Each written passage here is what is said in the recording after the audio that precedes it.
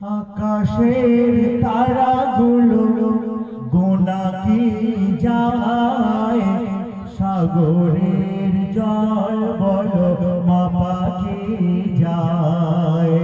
আকাশের তারাগুলো গোনা কি যায়, সাগরের জল বলো মাপা কি যায়। আর সূর্যের বিশালতা ছোঁয়া কি যায়, সূর্যের বিশালতা ছোঁয়া কি যায়। ঝিঝিমিকি ঝিঝিমিকি মরিচিকা ধরা কি যায়। আল্লাহ মহান, আল্লাহ মহান, আল্লাহ মহান তুমি, আল্লাহ মহান। একদিন আমার শ্রদ্ধেয় কবি বনিয়ামিন সাহেব আমি দুজনে আমরা কি করলাম, দীঘাতে ঘুরতে গিয়েছিলাম। তো দীঘাতে ঘুরতে যাওয়ার পরে এদিক ওদিকে অনেক জায়গায় ঘুরেছি আমরা। ঘোরার পরে সাগরের ধারে বসে কবি বনিয়ামিন সাহেব চিন্তা করছে বিশাল আকাশ, তার নিচে এত বড় সাগর, সাগরের নিচে কি আছে সেই ভাবতে ভাবতে তিনি একটি ছন্দ লিখলেন। কবি বলছে দেখুন, উপরে আকাশ নিচে, উপরে আকাশ নিচে সাগরের বিপুল জলরাশি, কোথায় শুরু এর কোথায় বসে ভাবতে শুধু বসি। উপরে আকাশ নিচে সাগরের বিপুল জলরাশি, কোথায় শুরু এর কোথায় বসে ভাবতে শুধু বসি। সাগরের অতল তলে কত মনি মুক্তা খেলে, সাগরের অতল তলে কত মনি মুক্তা খেলে। সৃষ্টির মাঝে স্রষ্টাকে ওই যেন দেখা যায়।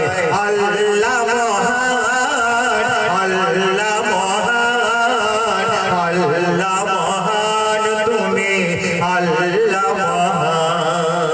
দেখুন, যারা দুনিয়ার সৃষ্টিকে যদি দেখে আল্লাহকে যারা অস্বীকার করে তাদেরকে নাস্তিক বলা হয়। যারা আল্লাহকে অস্বীকার করে যে আল্লাহ নেই, রাসূল নেই, তাদেরকে নাস্তিক বলা হয়। বলছে এরা হচ্ছে নাস্তিক। ফিরআউন, হামান, সাদ্দাত এরা নিজেরা খোদা স্বীকার করেছিল যে আমি খোদা। কবি বনিয়ামিন সাহেব বলছে আরে তুই আসমান জমিনের খোদা হতে যাচ্ছিস, একটা গমের দানা তৈরি করে দেখা পারবি না, কেউ পারবে না একটা গমের দানা তৈরি করতে। তাই আমার কবি বলছে দেখো, নাস্তিক তুমি স্রষ্টাকে ওই যদি করো অস্বীকার, তবে তুমি এক গমের দানা করো দেখি আবিষ্কার।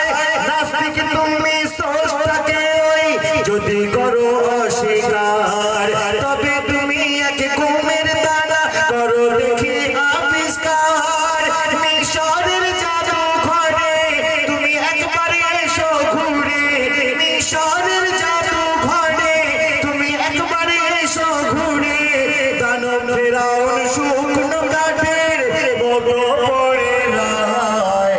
আল্লাহ মহান, আল্লাহ মহান, আল্লাহ মহান তুমি, আল্লাহ মহান। দেখুন ভাই, আমাদের জীবনে আমরা কয়েকটা ঝড় দেখেছি। তার মধ্যে যে আমফান ঝড় হয়েছিল, আমফান ঝড়ে আমাদের গ্রামগঞ্জে কেন অনেক জায়গায় বিশাল ক্ষতি হয়ে গিয়েছিল। ওই আমফান ঝড়ে আমার নিজের অনেক বড় ক্ষতি হয়ে গিয়েছিল, ঘর উল্টে গিয়েছিল, ঘর ছাদ একদম উল্টে ফেলে দিয়েছিল, অ্যালবেস্টার ছিল। তো আপনার দোয়ায় আল্লাহ আমাকে ভালোবাসে, আবার সুন্দর ঘর করা হয়ে গেছে। যাই হোক, তো সেই আমফান ঝড়ে অনেক ক্ষয়ক্ষতি হয়েছে, কিন্তু দুনিয়ার তো এত শক্তি এসে গেছে, কেউ কি ওই রুখতে পেরেছিল আমফান ঝড়? আমফান ঝড় কেউ রুখতে পেরেছিল? আল্লাহ পাকের যে আযাব কেউ কোনোদিন রুখতে পারবে না। টাইটানিক জাহাজ তৈরি করেছিল যিনি, অহংকার করেছিল যে আমার এই টাইটানিক জাহাজ কোনোদিন ডুববে না, সাগরের উপরে পাকাটি ফেলে দিলে, কোনো হালকা জিনিস ফেলে দিলে সে ডুবে যাবে, কিন্তু আমার এই টাইটানিক জাহাজ ডুববে না। এই অহংকার আল্লাহ পাক সহ্য করেনি। টাইটানিক জাহাজ আজ পর্যন্ত সাগরের তলায় পড়ে আছে। তাই আমার কবি বলতে দেখুন, দেখেছি আমরা আপন চোখে ইয়াস আমফান আয়লা, পেরেছে কোন বিজ্ঞান শক্তি করতে মোকাবিলা। দেখেছি আমরা আপন চোখে ইয়াস আমফান আয়লা, পেরেছে কোন বিজ্ঞান শক্তি করতে মোকাবিলা।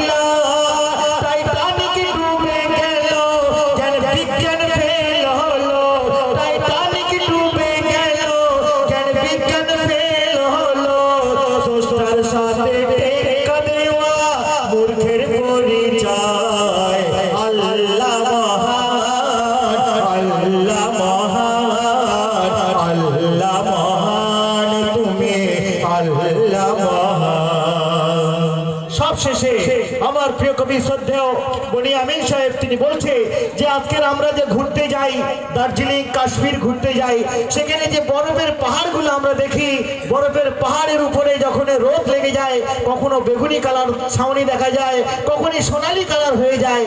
আল্লাহ পাক দুনিয়ার বুকে কি করেছে সেই উদ্দেশ্য করে সবশেষে আমার কবি কি বলছে দেখুন। দার্জিলিং এর কাঞ্চনজঙ্ঘা কি বা ওই টাইগার হিল, ভূস্বর্গ কাশ্মীরের